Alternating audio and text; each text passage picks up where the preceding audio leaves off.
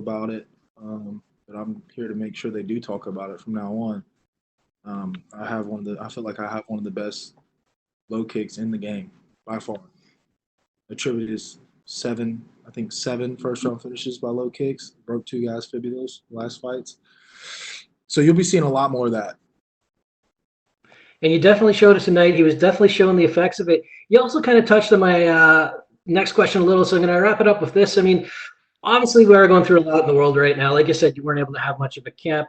You're a firefighter as well, a first responder. I mean, does that give you a different understanding of what's going on in the world right now? It does a little bit, but I don't I don't play into it too much. It's just part of my job, and that's what I signed up for. Um, it's just I just go and look at it like it's an everyday thing, an everyday job, and it's been strange times. I will put it that way. It's been strange times. The department we go in every morning. We have to get checked. We get checked after lunch. We have to get checked at dinner. And then we have to get checked the following morning when we go to leave. Um, Responding to calls. We're staging a lot of calls. Um, these patients have to answer certain questions before we go in there. Once we do go in there, we're pretty much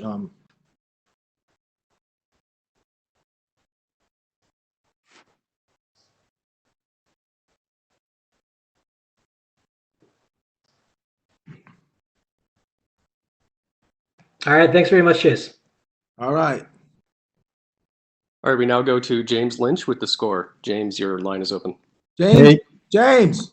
What's up, Chase? How's it going? Congratulations on the win. Man, what are you doing? I'm here talking to you. Congratulations. I wanted to know, you mentioned, how you hadn't, had any fights or anything in the last couple of months. Was there less pressure going into this fight because it was kind of unexpected and there was no crowd? I mean, everything was a lot different than the last time you were in the UFC. Yeah. I mean, I'm trying to attribute it to the fact that, I've changed my whole mental state in the game. And I think that's part of it too. But yeah, the no crowd, like I told some of the other reporters, that the no crowd really kind of keep my heart rate, low as far as when you get in those big exchanges, the crowd's voice will start to raise, and naturally your heart rate will start to raise as well. The crowd starts booing, you start feeling the pressure of having to engage and make sometimes careless mistakes. So that was pretty cool. No complaints there. I obviously love performing in front of people. I love putting on a show, but tonight it was all business. What was the other part of that question? No, that was it. I was pretty much just asking you what your mentality was going into the fight. And kind of, leading off that, Ike is a really tough guy to finish. We saw the iron chin. Were you worried at all about overexerting yourself? Because, he was taking some pretty heavy shots. You there? Yep. Okay. Can you still hear me? Yeah, I got you now. Okay, cool.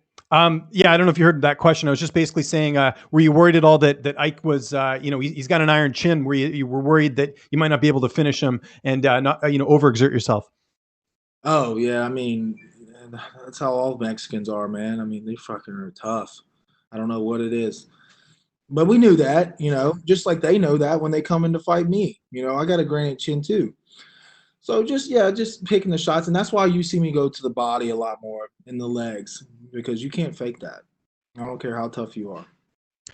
I don't know if he was coming on a short camp or not either, but we're just gonna go beat them guts up. So you start thinking about the body and the legs, then we'll start going up top. And by that point, when you start going up top, he might not be rocked, but like his heart probably ain't in it anymore. You know what I mean? You take the body, you take the heart. And I know this win's fresh, but what's next? And when are you looking to get back in there? Any opponents you want to fight? I want to get better, man. I don't want to do what I did last time and rush into things. I want to get really good. I'm not. There's a lot of things I went out there and I didn't do what I wanted to do. You know what I mean? Granted, I didn't have the proper camp and didn't get to do any live training, anything like that. But there's a lot of things out there that I first saw in my mind going completely differently. And in the first round, I was resorting back to a lot of bad habits. Fading straight back when he's throwing those combos instead of sitting in the pocket and shelling up. So I just want to get better, and and then I'm gonna just take over this division by storm. That's the plan. You know, remember where you are today, because this is about to be one of the best comebacks in sports history. I promise you. And just my last question, you mentioned how coming back to the UFC was like getting 11 wings in a 10 wing pack. What are your favorite wings? I got to know, you got me a little hungry.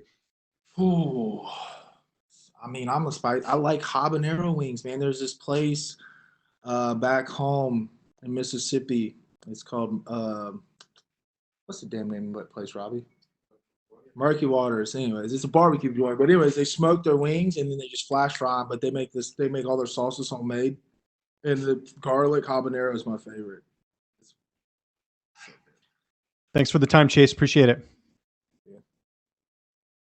We'll now go to Luis Green with MMA Crazy. Your line is open. Hi, Chase. Can you hear me? Yeah. Hi. Congratulations on the win tonight. Can you talk a little bit about your return to the UFC and how much it means to be able to get the finish here tonight? The finish wasn't as important as the win. You know, we just want the W, and that's just the cherry on top. And it's really, you know, I feel I'm ecstatic to be here. You know, I really am. I'm just truly blessed. You know, this is like I said before, this is the anniversary 3 years ago when I won my first UFC fight. I standing elbow, and then I go and do the same thing again. So it's kind of cool, you know what I mean? It's just now the path has been set out before me, and now I have to travel it again, but with a new state of mind. You know, I know what to do and what not to do. And, you know, this has been obviously short notice for you. How have you remained calm and so focused going into this? Obviously, it's not been normal circumstances for you. Yeah, I haven't had time to let it weigh on my mind. I've been so damn busy, you know, trying to just get ready. I haven't had time, and also,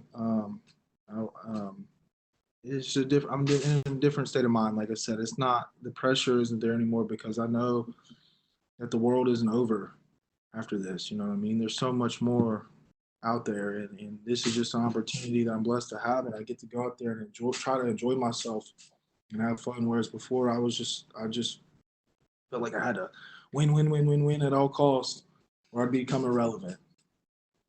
So, And you mentioned obviously about your comeback. What do you think of the landscape of the heavyweight division right now, and what do you see in your future? I think until you get into the top 10, it's wide open. I mean, it's wide open. It really is. It really is. You know, I'm not going to sit here and talk bad about my division because there's people who like to trash talk it about, you know, this and that and how there's just not super dominant athletes in it. And there's always a changing of, you know, rankings. But we have very minimal room for error, very little room compared to the other divisions. We're bigger boys, we're stronger. So you'll see that a lot. You'll see a lot of people not going on these super long win streaks. And it doesn't mean that we don't have talent in this division because we do.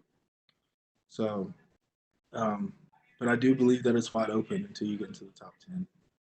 2 or 3 wins and you're in the top 15. Is this for you like a second chapter in your journey in the UFC and your life as a mixed martial artist? That's exactly what it is. That's exactly what it is. Not many people get a second chance at their dream, much less life. This is a second opportunity. This is a second chance for me at life. You know, do it right this time. All right. Thanks for your time. Congratulations. Thanks. Okay, Chase, thank you very much. You're all done. Thank you.